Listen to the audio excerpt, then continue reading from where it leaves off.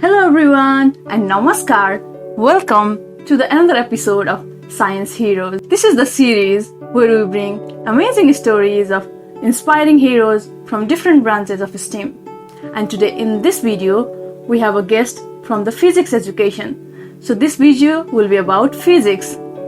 Hello everybody. Today I have with me a very good friend of mine, Brenda Braga from Brazil, and she is currently doing her PhD in science education. So, without further delay, let's welcome her to this series. Welcome Brenda, welcome to my channel. Thank you so much, it's a pleasure to be here. Thank you for inviting me. Yeah, it's my pleasure too. So, today how are you feeling? I'm feeling good, thank you. How are you? I'm also very good, but because of the weather, it's a little bit uncomfortable. Yeah. Though the AC is on, so terrible weather, you know. Yeah, in too Daegu hot. especially. Yeah. So, can you tell our audience more about yourself?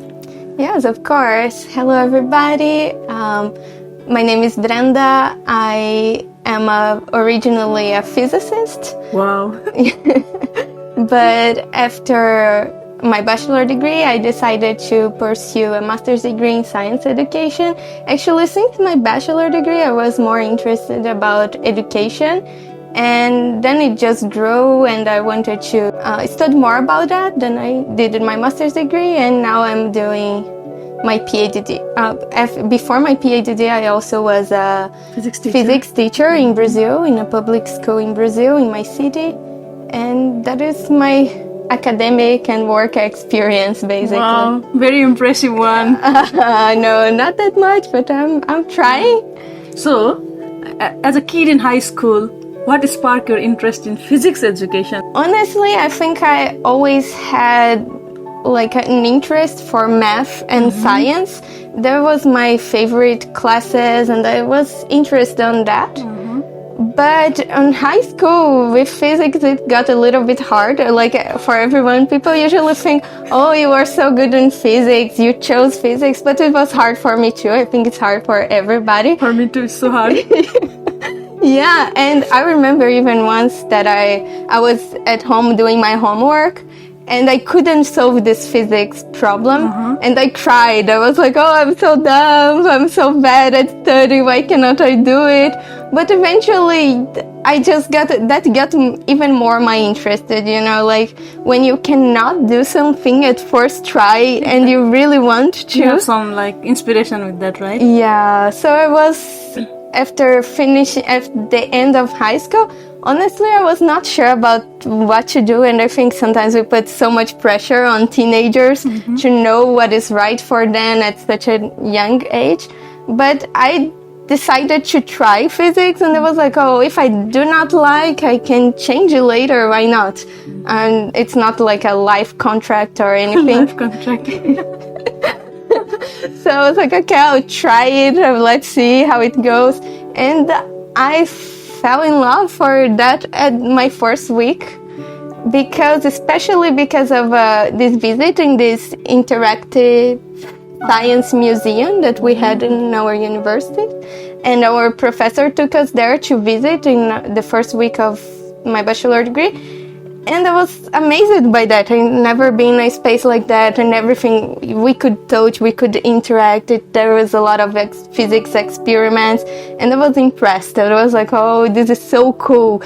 And there was some people working there explaining the physics behind all the experiments. Wow. And I was like, I want to be like them. And I was like, okay, I think I like it. And I decided to try, and after my first semester, I actually started working there too. And I worked there for the end of my bachelor degree. Wow. So, in the undergraduate degree, how does it work in your country? Is there some kind of research, like thesis thing in the undergraduate as well? Can you tell our audience a little bit about your research? Yes, of course. And on my bachelor degree, especially because I started working on this science interactive museum, it was under a project, the extension project, and we actually had to do some research also. And I did it about scientific dissemination that occurs in spaces like that, outside of school, how to promote science outside of school, how is how it works for teachers, students who visit this kind of space. And that was one of my research as a bachelor degree. After that, also in Brazil, for us to finish our bachelor degree, everybody has to conduct a research and present as a thesis. And I did it about a project that was cooperating between university and the school with a physics teacher and his class, and seeing how this articulation and collaboration between high school teacher and university would help students to better understand physics, especially because the students would have access, because of this project, they would have access to equipments that we don't have in high school, that are like they could try do different kinds of experiments, and how would that contribute to their learning in physics. Wow, so interesting. So it was basically about the science education, right? Yeah. So after the bachelor's, you also continued your master's degree there in Brazil, right? Yeah. So what was your research area during your master's degree? Can you also share about it? Yes, of course. So in my master's degree, when I entered there, I was not sure also what to pursue. In Brazil, for entering a master's degree, we usually have a process to go through. We have to do entrance exam. We have to do an exam and write a small project, so the professors can see what is your area, and if you get approved, they will choose a professor to advise you with the field you are best with. I remember I wrote a project about science, technology, and society. That is a field on science education that I was kind of interested about. But I ended up with another research area because the professor who was going to advise me was the same from my bachelor degree, and he wanted to work with that. And I was like, okay, I will learn something new here. And I was up to it. And what he proposed me was about environmental education. So we did a study about Brazilian theses and dissertations on environmental education that are related to the complexity theory on physics, and also on science in general, not only on physics, chemistry, etc., but also with education, because complexity theories has different branches. So there is this part that is just related to natural sciences, that are, for example, when you study environmental sciences, many times there is this need to apply complexity theories to it, but it's also applied on education when there is this interdisciplinary studies. So we want to see which branch the researchers were being done in Brazil when using complexity theories, if what was the most used ones, and that was basically what I did. Wow. So basically, if we understand that science is fundamental to be taught for kids, and everybody should have basic knowledge on science, at the same time, we know that science is a difficult subject for most of people. Yeah, so especially physics. Physics is cool. But it's difficult, and it's true. And we should find ways where science starts to make sense for people. If we consider that people don't fully understand basic things about science, something is we are doing wrong. So we need to understand the field and understand ways studying. This is just done by research, right? How can we understand the field, understand what we are doing, understanding what are the possibilities and what we can try, what we could see if there is a change. Is there a way to change this? And basically, this is what I think most science educators or research in science education is trying to do. Understanding the field to see what to change, or even trying new already changes to it. So yeah, Brenda, that was really informative answer. So basically, if we are feeling the science education of the physics is difficult just because the method we are following may be wrong, right? Yeah, I think there are many layers to it. Like maybe not only the method, but the way you learn. So that is why education is such a complex field of studies, right? There is ways to teach it, and there are ways to learn it. So yeah, And the method differs. Yeah, and we are different individuals. Yeah. The way I could teach different people in the same way. For some would be great, for some would be awful. Yeah, that's And true. this is complicated. It's difficult. Being a teacher is difficult. People don't think like that. Everybody always We has. don't appreciate the effort of teachers, but yeah, they are also the heroes. Yeah, everybody has an opinion about how to teach, but it's so more complicated than that. Yeah. So Brenda, in the beginning you told me you work as a physics teacher. Can you tell our audience about how the experience was and what methods and material you used to teach your students? Yeah, of Maybe course. some of your students will be watching it Yeah, I hope so. Yeah, I was a teacher in Brazil for 1.5 years until I came to Korea. I was teaching. Yeah, Sounds like one week before I was still teaching. Me too. I was doing that too. Oh yeah, I was working. So I was working in public schools, and I work in 2 different schools, actually 3, but one I worked for a very short time, so I couldn't learn much from that, but the others I stayed for long, so it was actually learning moment for me too, not only teaching, but teachers we learn from our experience as well. That's true. And for me it was very interesting, especially because when we are young, and I'm still young. Yeah, of course. You're sweet 16.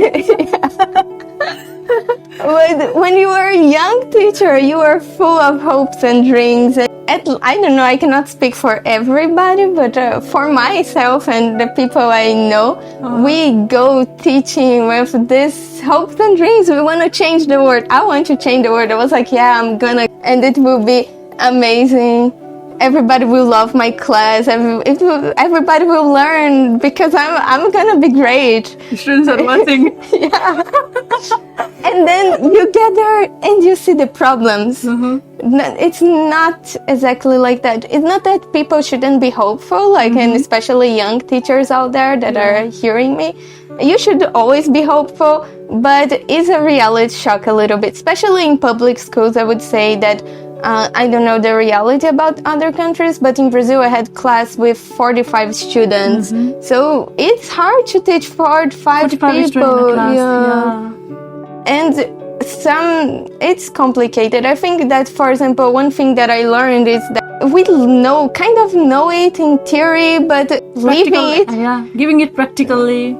Yeah, it's different. For me, I learned that one thing you prepare can be amazing in one class, a huge success, and in another class it will be a fail.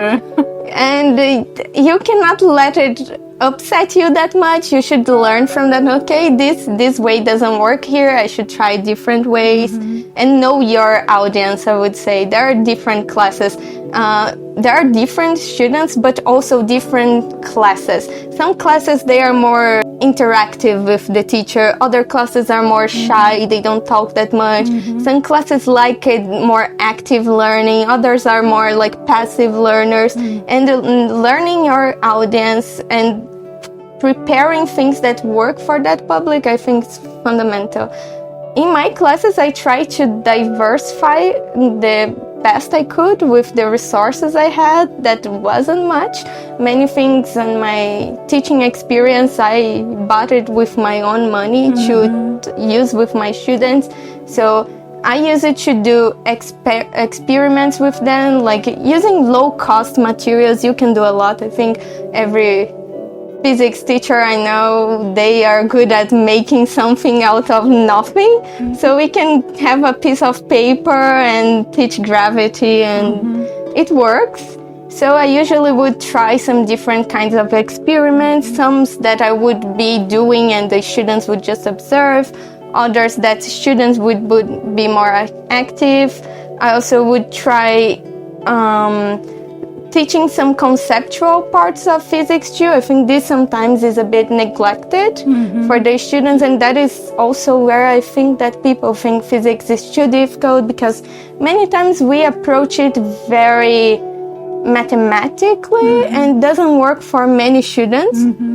So I think, of course, it's important to understand the mathematical part of physics, but you should be able to apply that conceptually in your life too. So understanding what is gravity by the concept, also being able to calculate it, but understand what means gravity. Visualize it. Yeah, visualize and be able to talk about it, be able to read some headline news and understand what it means.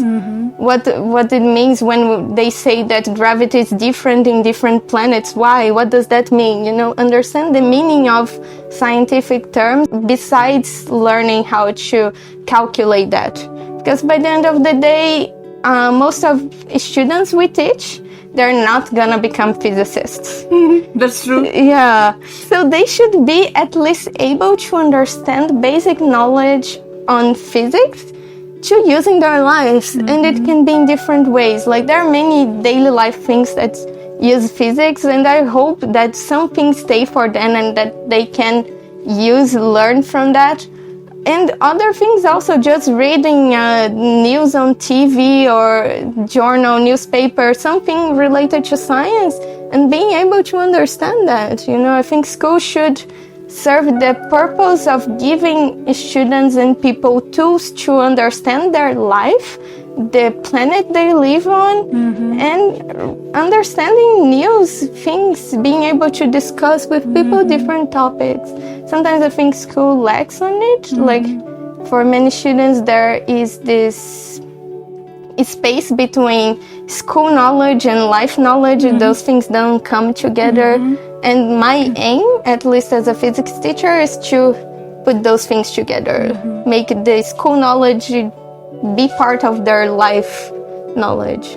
Oh, wow, Brenda, that's really amazing answer.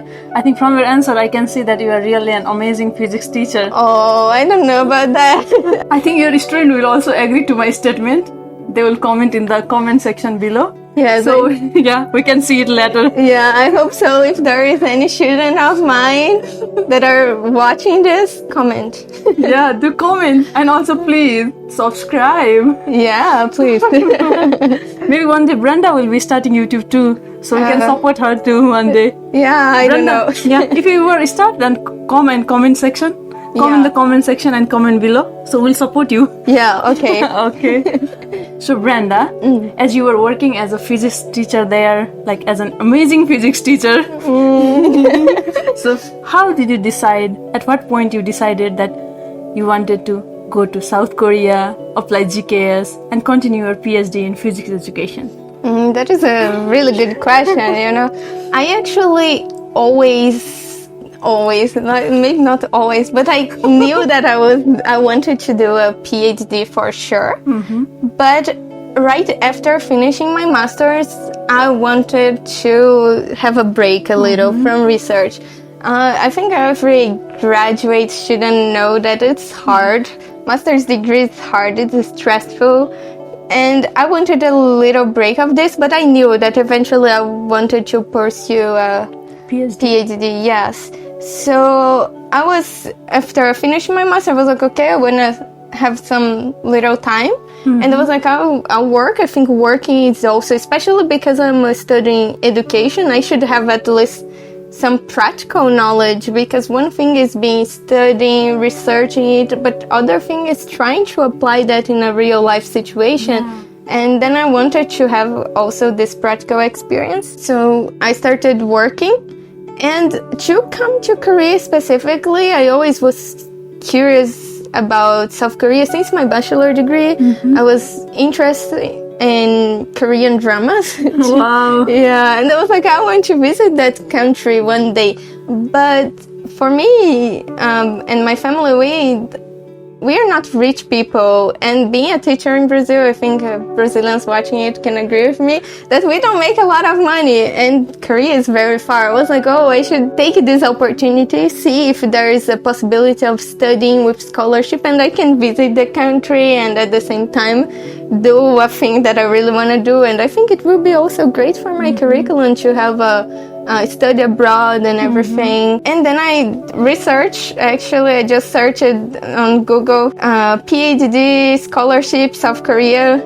And then GKS appeared. GKS appeared.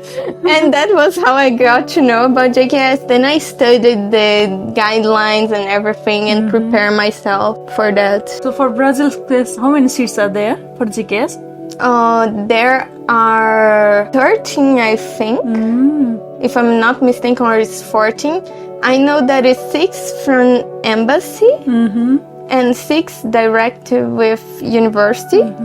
And I think there is 1 or 2 for Koreans that were born in Brazil. Ah, okay. So yeah, I think that is... Oh, it's okay. People can still check it out for the recent updates. Like we have forgotten because we are old GKS already. And it's been so long. I don't know if it even changed. Yeah, it's okay. So Brenda, how did you decide this lab? How did you end up in this lab that you are currently pursuing your PhD? Yeah, when I was studying the guidelines, I was like, okay, I should search universities and see where I want to study. And when I did that, I got, actually first, I applied, I think this is important to tell, that I applied for JKS twice. Wow. And then the first time I didn't get it, obviously. So I applied second time. The first time I tried through embassy, I didn't got it. And I think it was my own mistakes, actually. I think I didn't organize my documents well. I think it was lacking my application. So I just applied again next year. And then I got it, and then I changed the application. I was like, okay, I will search this year. Of course, I got very disappointed not getting it at first time. But I was like, okay, after getting disappointed, I was like, okay, I'll try it again. Yeah, I cannot be sad forever, so I'll just try it again, prepare better, and that was what I did actually. I prepared, I read much more, and this is important, I think. Like, you should really read it carefully, really organize your documents, really prepare carefully for it. I don't know about other countries, but in Brazil, there are many people who want to study in Korea, so it's competitive. So any small detail is important. You should make things very proper, I would say. So at the second time, I really prepared, and I was like, okay, I will search better. I'll search universities. And then I found couple universities with majors I like it, and I was like, okay, let me check how they do, what they do. And I had questions, of course, when I was searching, especially because sometimes the English version of the website is different than the Korean version. It's so limited, and I was like, I need to know more, so I'll contact them. And most of the universities, they don't reply. They don't reply. And then Kyungpook here, they replied. And I was like, okay, points for this university because they replied. And then I was like, okay, I will see the professors and then I'll check which one does research I would be interested on. And then I found one of the professors from the Department of Physics Education, and I mailed him, and he was very kind, and he was like, yeah, of course, I would like to work with you, sure. And he sent me more detailed documents in English about the department and everything. He was very kind, but he said, oh, but I'm gonna retire soon. But I will introduce you to a new professor. Yeah. So that was how it happened, and that was where I based my decision. Even though, for example, many people, when they want to study in Korea, they think about Seoul because the capital and everything. But I was like, more than it for me, it's how I am going to live there. And I know because I did a master's degree and I did it in my language, in my country, and it was hard and it was stressful. I'll be in a new country. that doesn't speak my language, that doesn't speak even my second language. And I need at least to feel comfortable in that environment.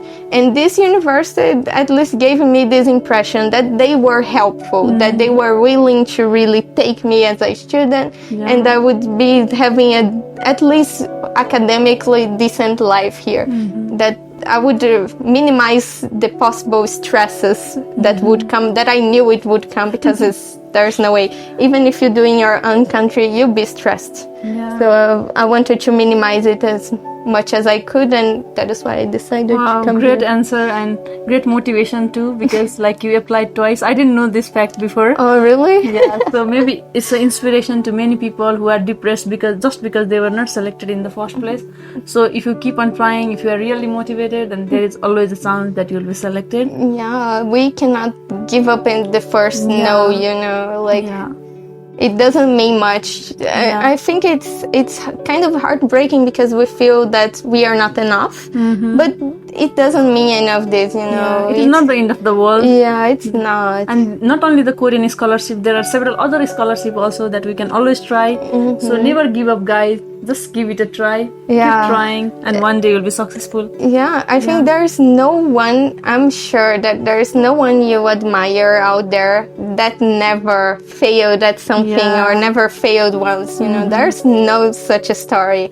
So it's okay, you learn from that, you move on, and you get even better. And that is how I like to think. Like, if I got the scholarship at that moment, I would be different person. I wouldn't have as much work experience as I had. At that period I was there, I was teaching, and I even got nominated for an award on science teaching, and that was good. So things happen as it should happen.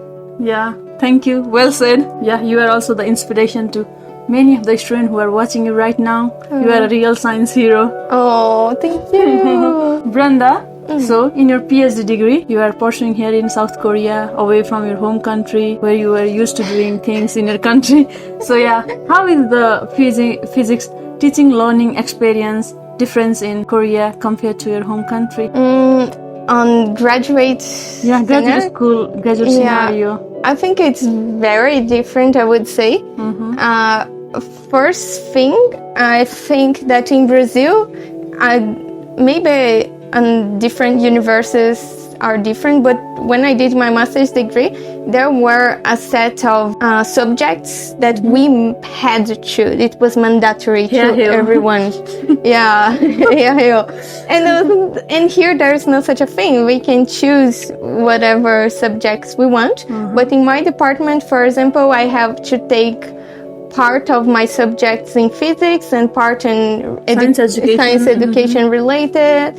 And there is this difference. In Brazil, everything is, if it's the master's in science education, every subject in science education, if it's physics, all physics, right? Exactly. So this is a bit different. So I ended up here after pursuing a master's degree in science education, where I just had the subjects in science education, and came here and I had to do particle physics, solid state physics, things that I didn't even remember learning at all. But I made it, and it was okay. Just take much more. You already finished your coursework, right? Yeah, I finished my coursework, and now I'm just working on my thesis. Okay, so now let's talk about your research work. Oh, I think the title is not well defined yet, because it's okay. It's just the theme of the theme. Yeah, I'm here also working with environmental education and science education. So what we were doing in the beginning, we were analyzing basically Korean and Brazilian textbooks in science and finding how environmental education is portrayed on those textbooks. And we got some results on that, and now we are focusing on other things that now we are changing a little to analyzing, focusing on trusting science. So we want to look at how environmental issues are portrayed on TikTok videos and see what is there about fake news, how the scientific concepts are taught there and how misinformation also, if we can find, we don't know for sure if there is, because all the social medias are increasing the tolerance to the misleading fake information. news. Yeah, so we want to see how is it going so far. Wow. Yeah. Seems interesting. I wish you all the best with your research work, and also please don't forget to share me your paper when it's published. Okay. Seems interesting, so I want to have a look at it. Okay, sure. Also, we can put some link of your published work below in the description section. Yeah, sure. So people can have a look at it. Yeah, So, sure. Yeah, provide me the link and then I can keep in the description section below. Yeah, sure. So, how is it living in Korea, Brenda? How is the life in Korea? I would say that there is pros and cons. So I'll focus on the pros first. Okay. I think that is a very convenient country. We have really easy things here. Its public transportation is amazing. It works very well. It's practical, it's easy, you can go anywhere very easily. You just need your cell phone with a map, you get anywhere with public transportation, which is great. And it's clean, because if we think about some other countries, we know that subway is not very clean, but here it really looks good and clean and working so great. Also, things are fast. If you buy, we love coupons. Yeah, coupon is the best. Yeah, you buy something, it arrives next day and In your door. It's amazing. Like, you can buy at night tonight. If I buy something, 11:55 today, and then tomorrow morning it's on the door. it's on the door. It's amazing. It's so practical and fast. I'll miss this. I'll miss this. That's how we really miss. In Brazil, it takes weeks to arrive. When it's fast, it's 2 weeks. Yeah. So I'm gonna miss this. It's practical. It's convenient. The country also is organized. I would say, like, there are some certain organization on how things look, on how things work. It makes sense.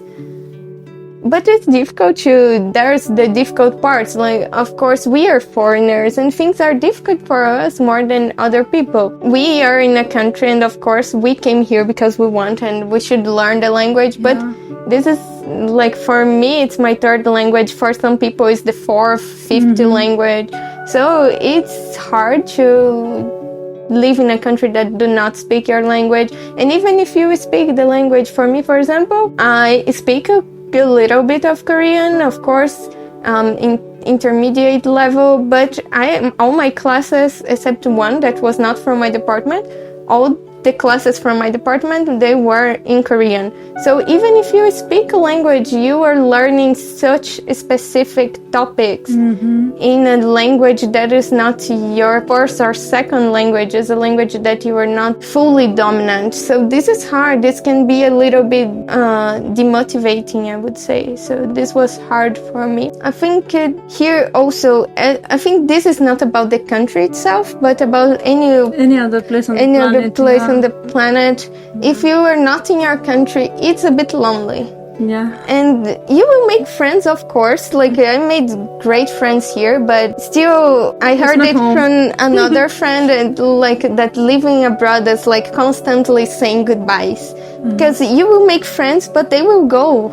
And you also will go eventually. So you constantly meet new people and you have to say goodbye to them. Then you meet more people and you say goodbye. Yeah. And it's always meeting and saying goodbye to everybody. Yeah. Next month we will be saying bye again. Yeah, it's hard. It's hard. The people are not permanent here. Yeah. Like in your country, most likely people are permanent. Yeah. Nothing is permanent here. Yeah, nothing is permanent Life here. is packed in 2 suitcases. Yeah. And we keep moving.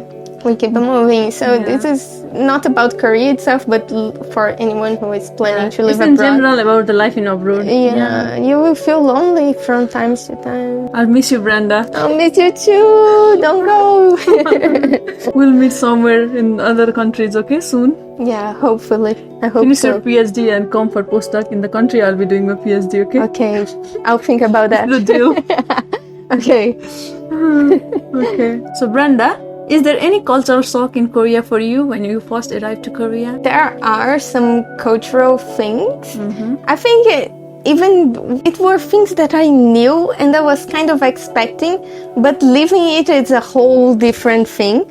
That is, for me, the hierarchy between people, like all the people, professors, and how everybody behaves, how society works here. I knew it existed. For example, I knew that people bow when they say hi and bye. It's a common thing, and that's okay. I was expecting it. But, for example, one thing that it's still always, like, I don't think I will ever get used to it, is when, for example, a professor arrives and everybody stands up. You know, I feel like it's strange for me. I understand that's cultural, like it's how they express respect to professors, to older people and everything. But it still shocks me, like it feels strange. It doesn't feel natural. So I think this hierarchy behavior thing, it's a bit shocking for me from time to time. Brenda, in your country, how do you call your professor? Do you call them professor or just with the names? We can call them by professor or just their names. It's all good. It's okay. But we cannot call with the names. No, never. No, don't do it. In my country too, we can't do that. Oh, in Brazil you can. In Brazil, professors are very friendly. Even I use it to call my professors always by his name. Professor and then their first name, like professor, but it's always first name. We don't call anyone by their last name. Okay. It's very strange. Even like for me, I still think it's Professor Braga. No, this is Professor Brenda. Yeah. Okay. So I use it to call that, but I have many classmates that would call just by the name, and that is normal. That's fine. Yeah, okay. that is completely fine and normal. That will be a cultural shock here to Koreans. Yeah, I think they would be completely shocked. Yeah, for sure. Okay, Brenda, what do you want to say to me in the video in the end? Oh, I want to thank you for inviting me and also for you doing all this effort to give people a space to talk about what they are doing, their field of study. So you're doing really great job, and I appreciate you for that, for the opportunity for me, but also for the other people you brought here and you are going to bring still. So thank you for everything you are doing. I think it's really great. Thank you so much, Brenda, for coming here in this show and like sharing your knowledge and insights. And do you have any messages to the people from your country who would like to apply to GKS and also to pursue the career like yours in the physics education?